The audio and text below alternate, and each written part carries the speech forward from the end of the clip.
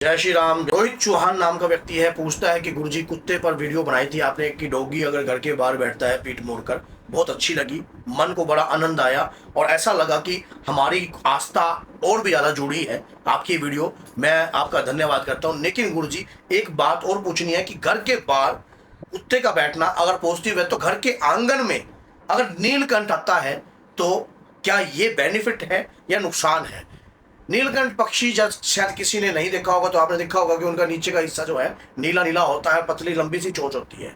तो नीलकंठ पक्षी अगर आपके घर में आता है या घर की छत पर आता है या डेली आपको उस पक्षी के दर्शन होते हैं तो समझ लेना कि आपको भगवान शिव की कृपा प्राप्त हो रही है।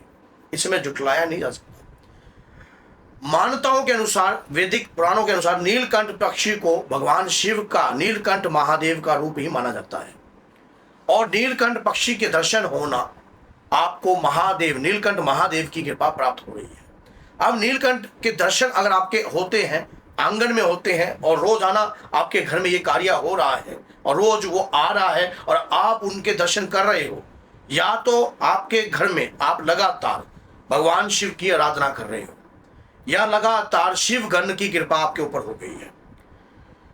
अब अगर भगवान शिव पर गलती से भी आप जल, अगर लगातार जल अर्पण करते हो या बेलपत्र अर्पण करते हो तो ये सोच लेना कि कहीं ना कहीं जो देव शक्ति होती है वो हमें देख जरूर होती है और हमारे ऊपर अगर किसी भी प्रकार का कोई कष्ट आने वाला होता है तो वो किसी न किसी रूप में आकर रक्षा करते हैं, किसी न किसी रूप में आकर रक्षा करते हैं।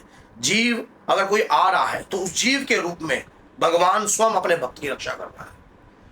अब मानो तो भगवान है, ना मानो तो कुछ भी नहीं। अगर कई लोग इस चीज को पॉजिटिव मानते हैं कि वाकई में भगवान है और अगर जिस स्वरूप की हम पूजा करते हैं, हालांकि मूर्तिकार जब मूर्ति बनाता है तो उसके ऊपर चढ़ता भी है।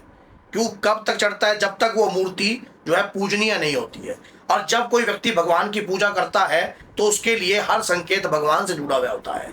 जब तक कोई व्यक्ति पूजा नहीं करता तो वो इन संकेतों, ये संकेत उनके लिए कुछ नहीं है। नीलकंठ के दर्शन होना, प्रतिदिन अगर आपको दर्शन हो रहे हैं, भगवान शिव के सुनहरी रूप के दर्शन आपको प्राप्त हो रहे हैं, नीलकंठ रूप के दर्शन प्राप्त हो रहे हैं, क्योंकि नीलकंठ जो है, जो पक्षी है, उन्हें भगवान शिव का ही प्रतीक माना गया है।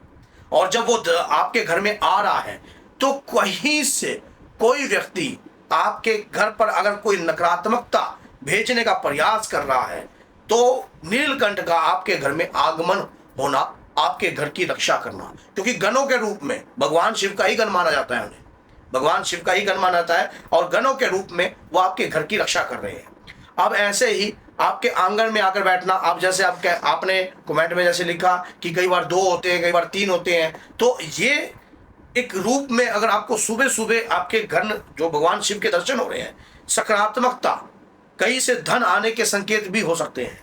कोई गड़ा हुआ धन, कोई रहस्यमय धन, जो आपके घर में कुछ मंगल कार्य शुरू हो सकता है। अगर काफी लंबे समय से मंगल कार्य शुरू नहीं हुआ है और तो मंगल कार्य शुरू हो सकता है आपके घर में, या भगवान शिव के मंत्र का, पंचाक्षर मंत्र का घर में कोई व्यक्ति है जो जाप कर रहा है, घर में कोई व्यक्ति है जो जाप कर रहा है लगातार। और क्योंकि अगर कोई चीज दिखती है, जैसे कि रोजाना वो चीज आपको दिखाई दे रही है और डेली का काम आपके साथ ये हो रहा है, देखो कभी कभार अगर दर्शन हो जाते हैं तो शोभनीय है, प्रणाम है, नमस्कार है।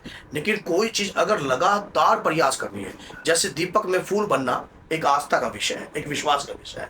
जिस व्यक्ति को भगवान पर विश्वास है वो दीपक में फूल की पकड़ियों को अपने देवता का प्रतीक मांगता है, अपने देवता के इंडिकेटर्स और संकेत मानते हैं। इसी प्रकार से जब नीलकंठ एक पक्षी है, लोगों की नजरों में वो एक पक्षी है, अब वो सूक्ष्म रूप में, क्या पता स्वयं भगवान शिव के गण आपकी रक्षा कर रहे हो, क्या पता सवेरे आपके घर में जब वो आगमन उनका होता है तो घर के अंदर भजन कीर्तन या कोई ऐसी कार्रवाई या कोई संत आत्मा आपके घर में वास कर रही है, जिसकी जो सुनने के लिए, या कोई रामायण का पाठ करता है तब भी मानो वो आपके घर के आंगन में आकर वो सुन रहे हैं। तो ये देवता के आने के इंडिकेटर्स हैं कई प्रकार के। इसी प्रकार से हमारी अगर कोई विपदा आने वाली हो, उस विपदा को रोकते हैं। वो जब चीज आपके घर में बैठी है ना, वो कहीं ना कहीं से आपके ऊपर अगर कोई विपदा आने वाली है, कोई दिक्कत आने वाली है, उसको भी वो रोक रहे हैं। और ये इस पक्षी का दर्शन होना शुभ होता है, लाभ होता है, कहीं से गड़ा हुआ धन प्राप्त हो सकता है, रहस्यमय आगमन हो सकता है, अज्ञात धन आ सकता है आपको। अगर आपको भी ऐसा कार्य आपके साथ भी हो रहा है तो कमेंट में जरूर लिखना। अगर किसी भी भाई के साथ, जैसे आप कई बार ऐसा होता है कि हम दीपक को संकेत के रूप में देखते हैं और फिर उनके फूल को नैन की शेप में, हार्ट की शेप में, लेकिन ये फूल उन्हीं को दिखाई देते हैं जो डेली पूजा है। नहीं, सवाल उठाने वाले तो कई बार ऐसे कहते हैं तेल को अगर हम दीपक की लो में लगाएंगे तो उससे पंखड़ियां तो उत्पन्न होगी अगर तेल नहीं। तो कईयों को तो ऐसा है, कईयों ने जवाब में ऐसा भी लिखा है कि हम तो गाय के घी से लगा रहे हैं तब भी फूल बन रहा है, तब भी फूल बन रहा है। देखिए, आस्था है सारी। ये वीडियो उन्हीं व्यक्तियों के लिए है जिन्हें, जो भगवान के इंडिकेटर को समझते हैं। भगवान आपको स्वयं आपके सामने नहीं आ सकते। महाभारत में आपने देखा होगा कि जब भगवान श्री कृष्ण अर्जुन को उपदेश दे रहे थे तो कि हे अर्जुन, तेरी वो आंखें नहीं है जो तू मुझे देख ले या मेरे तेज को सहन कर ले। हाँ, मैं अपनी इच्छा से तुझे वो जो दृष्टि प्रदान कर रहा हूं। भगवान हमें स्वयं अपनी इच्छा से अगर दृष्टि प्रदान कर लें तो हम भगवान को देख सकते हैं। नहीं तो उनके इंडिकेटरों को समझना ही हमें उनकी कृपा का प्रतीक माना जाता है। और ये सच्चाई है, ये सच्चाई है कि ये इंडिकेटर, अब जैसे कई बार हम कहीं से जा रहे हैं तो बिल्ली का रास्ता काट जाना, तो लोग पहले टाइम पे इसको अशुभ मान लेते थे कि बिल्ली रास्ता काट गई है, अभी उससे फिर लोग टपते नहीं थे, समझ गए। तो कुछ शुभ अशुभ, आंख का फड़कना, किसी अंग का, जैसे अंग का फड़कना, आंख का फड़कना। अगर आप भी चाहते हो कि मैं इस पर भी एक वीडियो बनाऊं कि अंग के किन किन हिस्सों का फड़क कर क्या क्या प्रभाव उत्पन्न होता है, शरीर पर तिल और मस्सों का प्रभाव, जैसे कई लोगों के शरीर पर बड़े बड़े मस्से होते हैं, कई ऐसे गुप्त अंगों पर तिल होते हैं, पीठ पर बड़े बड़े मस्से आ जाते हैं, तिल आ जाता है बड़ा बड़ा, जैसे कि लहसुन जैसा निशान आता है, कई बर्थ मार्क लेकर जन्म लेते हैं। तो ये कोई वैसे नहीं है, कुछ ना कुछ इन जो शरीर पर ये निशान होते हैं, इनका कुछ ना कुछ जो है हमारे जीवन से जुड़ा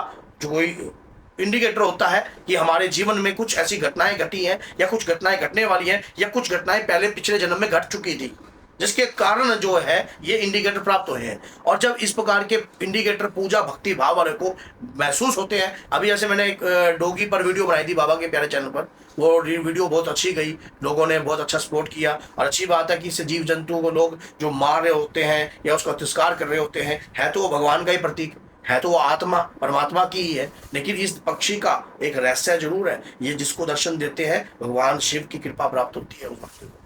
तो अगर आपको भी प्रतिदिन दर्शन मिल रहे हैं तो समझ लेना आपके ऊपर भी भगवान शिव की दृष्टि है, आपके ऊपर भी भगवान शिव की कृपा है। तो अगर ये वीडियो अच्छी लगी है तो लाइक कीजिए, चैनल को सब्सक्राइब कीजिए और 10 लोगों को जरूर शेयर कीजिए, ताकि सामने वाला व्यक्ति भी इस वीडियो को देखकर समझकर ये समझ सके वाकई में अगर इस प्रकार की कृपा हो रही है तो कहीं ना कहीं शिव भगवान की कृपा आपके ऊपर है। तो बोलिए जय सीताराम, जय माता दी।